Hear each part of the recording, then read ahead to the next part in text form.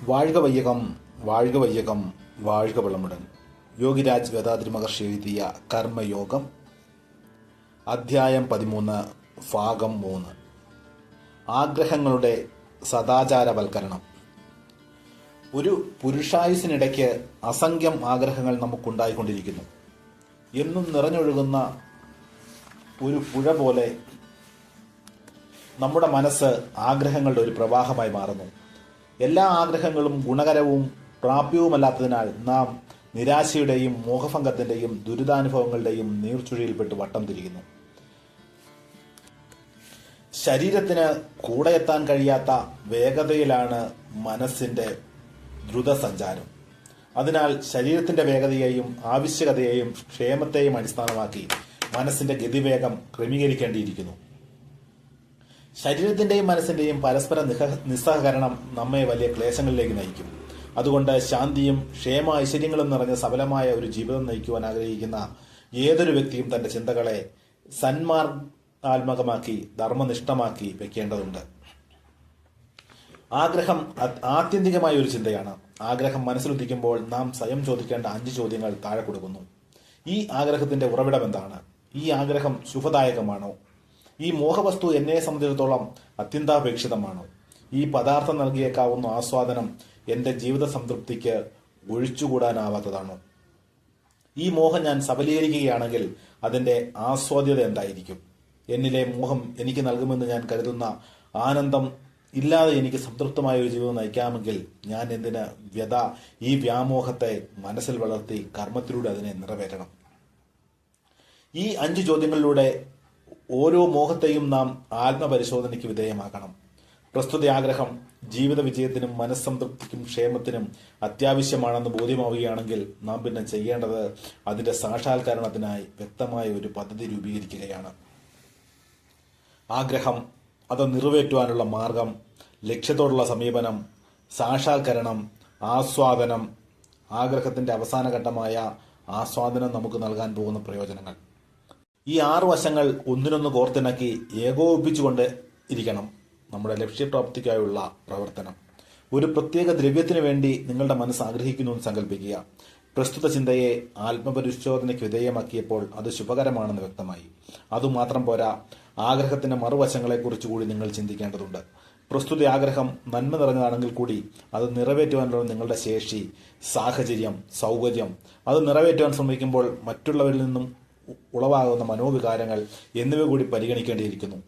ആഗ്രഹ പൂർത്തീകരണത്തിനുള്ള ശേഷി നിങ്ങൾക്കില്ലെങ്കിൽ അത് സഫലീകരിക്കുവാനുള്ള ശേഷി സ്വായത്തമാക്കുവാനുള്ള വ്യക്തമായ ശ്രമം നിങ്ങളുടെ ഭാഗത്തു നിന്നും ആരംഭിക്കണം. എങ്കിൽ മാത്രമേ ആഗ്രഹത്തിന്റെയും നിർവഹണത്തിന്റെയും ഇടയിലുള്ള പൊരുത്തക്കേടുകൾ നിങ്ങൾക്ക് മാറ്റുവാനാകൂ. ആഗ്രഹങ്ങളെ യഥോചിതം കൈകാര്യം ചെയ്യുവാനുള്ള ഒരു പ്രായോഗിക സൂത്രം ഞാൻ നിങ്ങൾക്ക് പറഞ്ഞു തരാം. ഏകാന്തമായിരുന്ന മനസ്സിലെ മോഹങ്ങൾ മുൻഗണനാക്രമത്തിൽ കടലാസിലേക്ക് പകർത്തുക. ഓരോ ആഗ്രഹവും രേഖപ്പെടുത്തിയതിനെതിരെ മേൽപ്പറഞ്ഞ ആത്മസംശോധനത്തിൻ്റെതായ 5 ചോദ്യങ്ങളും അവയ്ക്ക് ഉള്ള ഉത്തരങ്ങളും യഥാക്രമം രേഖപ്പെടുത്തുക. അതിനുശേഷം നിങ്ങൾക്ക് അത്യന്താപേക്ഷിതവും നിങ്ങളാൽ സാധ്യവുമാണെന്ന് ഉറപ്പുള്ള ആഗ്രഹങ്ങളൊഴികെ മറ്റെല്ലാം വെട്ടിക്കളയുക. ബാക്കി വരുന്ന ആഗ്രഹങ്ങൾക്ക് നേരെ അവയോരോന്നും സാക്ഷാത്കരിക്കാനുള്ള പദ്ധതിയുടെ ബാഹ്യരേഖയും എഴുതി വെക്കുക. ഈ പ്രക്രിയ ആഗ്രഹ നിർവഹണത്തിന്റെ പ്രഥമഘട്ടത്തിൽ നിങ്ങളെ എത്തിച്ച് ആഗ്രഹ സഫലീകരണത്തിന് ശരിയായ രീതിയിൽ നിങ്ങളെ സജ്ജനാക്കും. ഇത്തരത്തിലുള്ള ആത്മസംശോധനം മനസ്സിന് പ്രശാന്തതയും വിശ്രാന്തിയും ലാഘവത്വവും നൽകും. ഈ പ്രായോഗിക മാർഗം പിന്തുടർന്ന് ആഗ്രഹ സഫലീകരണം സാധ്യമാക്കി ഏതു വ്യക്തിക്കും ജീവിതം ഭൗതികമായും ആത്മീയമായും ആസ്വദിക്കുവാൻ കഴിയും. ക്രോധത്തിന്റെ നിഷ്ക്രിയവൽക്കരണം. മനുഷ്യ സമൂഹത്തിന്റെ ഏറ്റവും പ്രധാന ശത്രുവാണ് കോപം. രോക്ഷം, ക്ഷോഭം എന്നീ പേരുകളിൽ കുപ്രസിദ്ധമായ ക്രോധഭാവം കടിഞ്ഞാണില്ലാത്ത ക്രമാതീതമായ ആഗ്രഹങ്ങളിൽ നിന്നുത്ഭവിക്കുന്ന ക്ഷോഭാത്മകമായ ചിത്തവൃത്തികളിലൊന്നത്രേ കോപമെന്ന അധമവികാരം. ശരീരവും മനസ്സും ജീവശക്തിയും തമ്മിലുള്ള ഗാഠബന്ധത്തെ കോപമെന്ന വികാരം വിലക്കുകയും സഹജമല്ലാതാക്കുകയും ചെയ്യുന്നു. കോപം കുടുംബ ബന്ധങ്ങളിൽ താളഭംഗം വരുത്തുകയും കുടുംബജീവിതത്തിലെ സംതൃപ്തിയും സന്തോഷവും ഇല്ലാതാക്കി കുടുംബാംഗങ്ങളെയും ബന്ധുക്കളെയും വേദനയ്ക്കും ദുരിതത്തിനും ഇരയാക്കുകയും ചെയ്യുന്നു. രോഷവികാരം രക്തസമ്മർദ്ദമുയർത്തുന്നു. ഹൃദയസ്പന്ദനം തീവ്രതരമാകുന്നു. കൈകാലുകളെ വിറപ്പിക്കുന്നു. കണ്ണുകളെ ഇരിയിക്കുന്നു. ആമാശയത്തിൽ പുണ്ണുണ്ടാക്കുന്നു. എന്തിനധികം ശരീരത്തിലെയും മനസ്സിനെയും ഈ ചപല വികാരം പ്രക്ഷുബ്ധമാക്കുന്നു. കോപത്തെ നിയന്ത്രിക്കുന്നത് കൊണ്ടും അടക്കി വയ്ക്കുന്നത് കൊണ്ടും കാര്യമായ പ്രയോജനം നമുക്ക് ലഭിക്കുന്നില്ല. കാരണം മനസ്സിൽ ജ്വലിക്കുന്ന കോപം അത് പുറത്തു വമിക്കുന്നതിനു മുമ്പേ മനസ്സിനെയും ശരീരത്തെയും അനാരോഗ്യകരമായ രീതിയിൽ ബാധിക്കുന്നു എന്നതുകൊണ്ട് തന്നെ അടിച്ചമർത്തപ്പെട്ട കോപം പ്രതികാരവാജ്ഞയും വിഷാദരോഗമായും വ്യാകുലതയായും മാറുന്നു. അതിനാൽ ക്രോധത്തെ നിഷ്ക്രിയമാക്കുക എന്നതാണ് ഉചിതമായ മാർഗം. അതിനായി ആത്മസംശോധനത്തിലൂടെ അവബോധമുണർത്തി ആ അവബോധം നിത്യജീവിതത്തിൽ നിലനിർത്തേണ്ടിയിരിക്കുന്നു. മനസ്സിൽ കോപാഗ്നി ജ്വലിച്ചു കഴിഞ്ഞാൽ അതിനെ പൂർണ്ണമായി നിയന്ത്രണാധീനമാക്കുവാനോ നിഷ്ക്രിയമാക്കുവാനോ സാധ്യമല്ല. അതിനാൽ ക്രമാനുഗതമായ മാനസിക വ്യായാമത്തിലൂടെ ഏതു സാഹചര്യത്തിലും കോപിഷ്ഠനാകാതെ ഇരിക്കുവാൻ ഓരോ വ്യക്തിയും പരിശീലിച്ചിരിക്കണം. ഒരു പുസ്തകം കയ്യിലെടുത്ത് കോപാകുലനാകാനിടയുള്ള സാഹചര്യങ്ങളുടെയും സംഭവങ്ങളുടെയും നിങ്ങളെ പ്രകോപിപ്പിക്കുന്ന വ്യക്തികളുടെയും ഒരു പട്ടിക തയ്യാറാക്കുക. പട്ടികയിലെ ആദ്യത്തെ വ്യക്തിയെ മനസ്സിൽ സങ്കല്പിക്കുക. ആ വ്യക്തി മിക്കവാറും നിങ്ങളുടെ ജീവിത പങ്കാളി തന്നെയായിരിക്കും. ഇനി താഴെ പറയുന്ന പരിഗണനകളുടെ അടിസ്ഥാനത്തിൽ ആത്മവിചാരം ചെയ്യുക. ആ വ്യക്തിയുമായി നിങ്ങൾക്കുള്ള ബന്ധം, ആ ബന്ധത്തിന്റെ പ്രാധാന്യം, പ്രസ്തുത വ്യക്തിയോട് നിങ്ങൾ പുലർത്തുന്ന രോഷത്തിന്റെ മൂലകാരണം, നിങ്ങളെ പ്രകോപിതനാക്കിയ തെറ്റിന്റെ മുഴുവൻ ഉത്തരവാദിത്വവും പ്രസ്തുത വ്യക്തിയിൽ ആരോപിക്കാമോ? അതോ പ്രകോപനത്തിന്റെ കാരണത്തിൽ നിങ്ങൾക്കും പങ്കുണ്ടോ? തെറ്റു നിങ്ങളുടെ പക്ഷത്താണെങ്കിൽ അത് തിരുത്തുവാനുള്ള കാര്യങ്ങൾ ഉടനെ ചെയ്യുക. തെറ്റ് അവരുടെ ഭാഗത്താണെന്നിരിക്കട്ടെ, നിങ്ങൾ അയാളോട് അസന്നിഗ്ധമായി സൗമ്യമായി അയാളുടെ ഭാഗത്തു നിന്നുണ്ടായ വീഴ്ച ചൂണ്ടിക്കാണിച്ചു കൊടുക്കുകയോ പെരുമാറ്റ രീതി ക്രമീകരിക്കുവാൻ അയാളോട് അപേക്ഷിക്കുകയോ ചെയ്തിട്ടുണ്ടോ? ഈ മാനസിക വ്യായാമത്തിനു ശേഷം താഴെ പറയുന്ന കാര്യം നിങ്ങൾ ചെയ്യുക. നിങ്ങളെ പ്രകോപിപ്പിച്ച വ്യക്തിയുടെ ചിത്രം മനസ്സിൽ സങ്കല്പിച്ച് ആത്മനിർദ്ദേശം നൽകുക.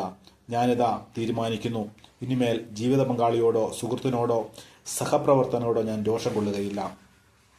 കാരണം അവരുമായി എനിക്കുള്ള ബന്ധം വിലയുറ്റതും ഏതു തരത്തിലുള്ള സംഘർഷവും ആ വിലപിടിച്ച ബന്ധത്തെ ഉലയ്ക്കുന്നതുമാണ്. സാഹചര്യങ്ങൾ പ്രലോഭിപ്പിച്ചാലും ഞാൻ അവരോട് വളരെ കരുതലോടെയും സഹനത്തോടെയും മാത്രമേ പെരുമാറുകയുള്ളൂ. ഇക്കാര്യം മനസ്സിലുറപ്പിച്ച് ആ വ്യക്തിയുമായുള്ള സമ്പർക്കത്തെ മനസ്സിൽ സ്വയം അഭിനയിച്ച് കാണിക്കുക.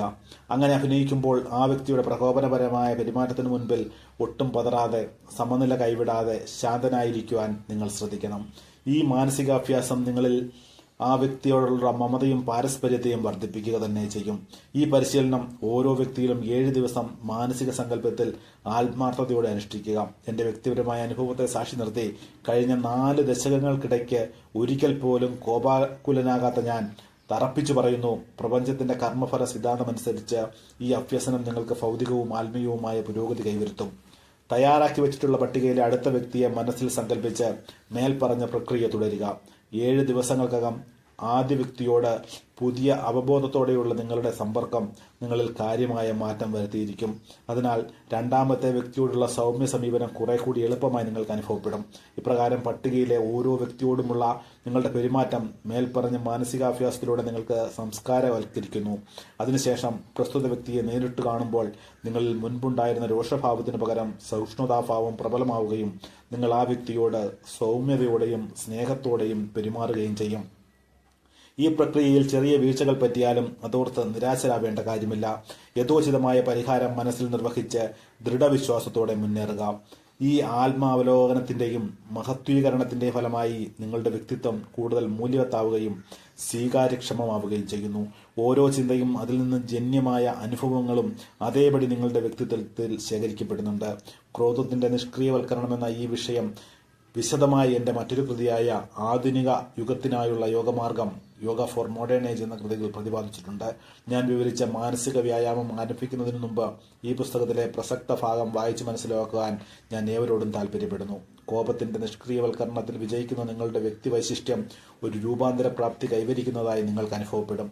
ഈ സമൂലമാറ്റം നിങ്ങളെ സന്തോഷപ്രദനും ആനന്ദാനുഭൂതിക്കുടമയാക്കുകയും ചെയ്യും. മനക്ലേശങ്ങളുടെ ഉന്മൂലനം. മനസ്സിലെ നിരന്തരമായ വേവലാതി ഒരർത്ഥത്തിൽ തെറ്റായ കണക്കുകൂട്ടലുകളിൽ നിന്നുളവാകുന്ന ഒരു മാനസിക രോഗമാണ്. മനസ്സ് ജീവിത പ്രശ്നങ്ങളെ അപഗ്രഥിച്ചറിയുവാനോ പരിഹരിക്കുവാനോ കഴിയാതെ വരുമ്പോൾ ക്ലേശങ്ങളുടെ പടുകുഴിയിൽ ചെന്നു ചാടുന്നു. ആവശ്യകതയും ലഭ്യതയും തമ്മിലുള്ള പ്രതീക്ഷയും നേട്ടവും തമ്മിലുള്ള അന്തരം മനസ്സിലാക്കുമ്പോൾ, സ്വന്തം വീക്ഷണങ്ങൾ മറ്റുള്ളവരുടേതുമായി വിയോജിക്കുമ്പോൾ, ആഗ്രഹങ്ങളും അവ സഫലീകരിക്കുവാനുള്ള ശേഷിയില്ലായ്മയും പരിഗണിക്കുമ്പോൾ മനസ്സ് വേവലാതികൾക്ക് അടിമപ്പെടുന്നു. ഈ ദൗർബല്യത്തെ കർമ്മനിഷ്ഠമായ മനസ്സുകൊണ്ടും ക്ഷമയോടെയുള്ള സ്ഥിരപ്രയത്നം കൊണ്ടും മറികടക്കാവുന്നതേ ഉള്ളൂ. പ്രശ്നങ്ങളില്ലാത്ത മനുഷ്യരില്ല. അവ വന്നും പോയും കൊണ്ടുമിരിക്കും. പ്രശ്നങ്ങളുടെ മുമ്പിൽ സംഭ്രമിച്ചു നിന്നിട്ട് കാര്യമില്ല. അവ ജീവിതത്തിന്റെ ഒരു ഭാഗമാണ്. പ്രശ്നങ്ങൾ ഇതുവരെയുള്ള നിങ്ങളുടെ ജീവിതത്തെ എപ്രകാരം ബാധിച്ചുവെന്നും അവയെ എങ്ങനെ നേരിട്ടു എന്നും പ്രത്യവലോകനം ചെയ്യുക. അപ്രകാരം വർത്തമാന ജീവിതത്തിലെ വൈഷമ്യങ്ങൾക്കും കാലം ഉചിതമായ പരിഹാരം കണ്ടെത്തുമെന്നും ഉറച്ചു വിശ്വസിച്ച് മുന്നോട്ട് പോവുക. ഒരു വിഷമ പ്രശ്നത്തെക്കുറിച്ച് ചിന്തിച്ച് വേവലാതി കൊള്ളാതെ ആ പ്രശ്നം ഏതു വിധത്തിൽ പരിഹരിക്കാമെന്ന് ചിന്തിക്കുവാനുള്ള ധൈര്യവും ക്ഷമയുമാണ് നിങ്ങൾക്ക് ആവശ്യം. പ്രശ്നത്തിനുചിതമായ ഒരു പരിഹാരം ഉടനെ കണ്ടെത്തുവാൻ കഴിയാത്ത പക്ഷം പ്രശ്നത്തെ വെറുതെ വിടുക. പ്രകൃതി തക്കതായ പരിഹാരം കണ്ടെത്തട്ടെ. പ്രശ്നത്തിന് പരിഹാരം യഥാസമയം സ്വമേധയാ ഉരുത്തിരിഞ്ഞു വരുന്നതായി നിങ്ങൾക്ക് കാണാം.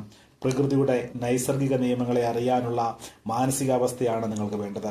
ഒരു പ്രശ്നം സങ്കീർണമായി അനുഭവപ്പെടുന്നത് അതിന്റെ തുടക്കത്തിൽ മാത്രമാണ്. പ്രശ്നത്തിനുള്ള പരിഹാരം അതിൽ തന്നെ അടങ്ങിയിട്ടുണ്ടെന്ന കാര്യം മനസ്സിലാക്കുക. സമയമാകുമ്പോൾ അത് തെളിഞ്ഞു വരും. പ്രശ്ന പരിഹാരത്തിനുള്ള സൂത്രസംജ്ഞയും ലളിതവും സുഖവുമായ ഒരു പദ്ധതിയും നിങ്ങൾ കണ്ടുപിടിക്കണം. അത് മുറതെറ്റാതെ അനുസരിച്ച് മുന്നേറുകയാണെങ്കിൽ ജീവിതത്തിൽ അടിക്കടി ഉണ്ടായിക്കൊണ്ടിരിക്കുന്ന പ്രശ്നങ്ങൾ പരിഹരിക്കുന്നതിൽ, മനസ്സിനെ സ്വതന്ത്രമാക്കുന്നതിൽ നിങ്ങൾ വിജയിക്കും. ചിന്തകളെയും ആഗ്രഹങ്ങളെയും പ്രായോഗികമായി കൈകാര്യം ചെയ്തതുപോലെ മനക്ലേശങ്ങളെ മാറ്റുവാനുള്ള പ്രായോഗികമായ ഒരു പരീക്ഷണവും ഞാൻ നിങ്ങൾക്ക് പറഞ്ഞു തരാം. നിങ്ങളുടെ എല്ലാ പ്രധാന പ്രശ്നങ്ങളെയും കടലാസിലേക്ക് പകർത്തുക. അങ്ങനെ പകർത്തുമ്പോൾ പ്രശ്നങ്ങൾ താഴെ പറയുന്ന തലവാചകങ്ങൾക്കിടയിൽ 4ആയി വിഭജിക്കണം. ഒരിക്കലും പരിഹരിക്കാനാവാത്ത പ്രശ്നങ്ങൾ. അവയെ നിങ്ങൾ ഏത് വിധേനയും നേരിടേണ്ടിയിരിക്കുന്നു. തീരെ അപ്രധാനമായ പ്രശ്നങ്ങൾ, അവയെ അവഗണിക്കുക. ഇപ്പോൾ കൈകാര്യം ചെയ്യാൻ ശ്രമിക്കാതെ മാറ്റിവെക്കേണ്ട പ്രശ്നങ്ങൾ. ഇങ്ങനെ നീക്കിവെച്ച പ്രശ്നങ്ങൾ സ്വമേധയാ പ്രകൃതിയോ സമൂഹമോ യഥാവസരത്തിൽ പരിഹരിച്ചുകൊള്ളും. എത്രയും പെട്ടെന്ന് പരിഹരിക്കേണ്ട പ്രശ്നങ്ങൾ. ഒന്നാമത്തെ വിഭാഗം എടുക്കാം. കുടുംബത്തിൽ ഒരു കുഞ്ഞിന് പിള്ളവാതം പിടിപെട്ട് ഒരു കാലിന് അസാധീനം സംഭവിച്ചിരിക്കുന്നുവെന്ന് സങ്കല്പിക്കുക. മാതാപിതാക്കൾക്കും കുടുംബാംഗങ്ങൾക്കും ഇത് വലിയ മനക്ലേശം നൽകും. എന്നാൽ ഈ പ്രശ്നത്തിൽ വേവലാതിപ്പെട്ടിട്ട് എന്തെങ്കിലും നേട്ടമുണ്ടോ? കുഞ്ഞിന്റെ അവസ്ഥയെപ്പറ്റി നിങ്ങൾക്കുണ്ടാകുന്ന വിഷമവും വേദനയും നിങ്ങളെയും ആ കുഞ്ഞിനെയും കൂടുതൽ ദുർബലരാക്കുകയുള്ളൂ. ഇത്തരമൊരവസ്ഥയിൽ നിങ്ങൾ ചെയ്യേണ്ടത് പ്രസ്തുത ശിശുവിന്റെ അംഗവൈകല്യത്തെ നേരിടാനുതകുന്ന കാര്യങ്ങൾ നിർവഹിക്കുക എന്നതാണ്. കുഞ്ഞിനെ പ്രത്യേക പരിരക്ഷയും പരിശീലനവും നൽകുന്ന വികലാംഗരുടെ സ്കൂളിലേക്ക് അയക്കാം. കുഞ്ഞിന്റെ പേരിൽ ഭാവിയിലേക്ക് ഒരു തുക ബാങ്കിൽ സ്ഥിരമായി നിക്ഷേപിക്കാം. കുഞ്ഞിനെ സമാന പ്രശ്നം അനുഭവിക്കുന്നതുമായി ഇടപഴകിപ്പിച്ച് ആത്മവിശ്വാസവും ധൈര്യവും നൽകാം.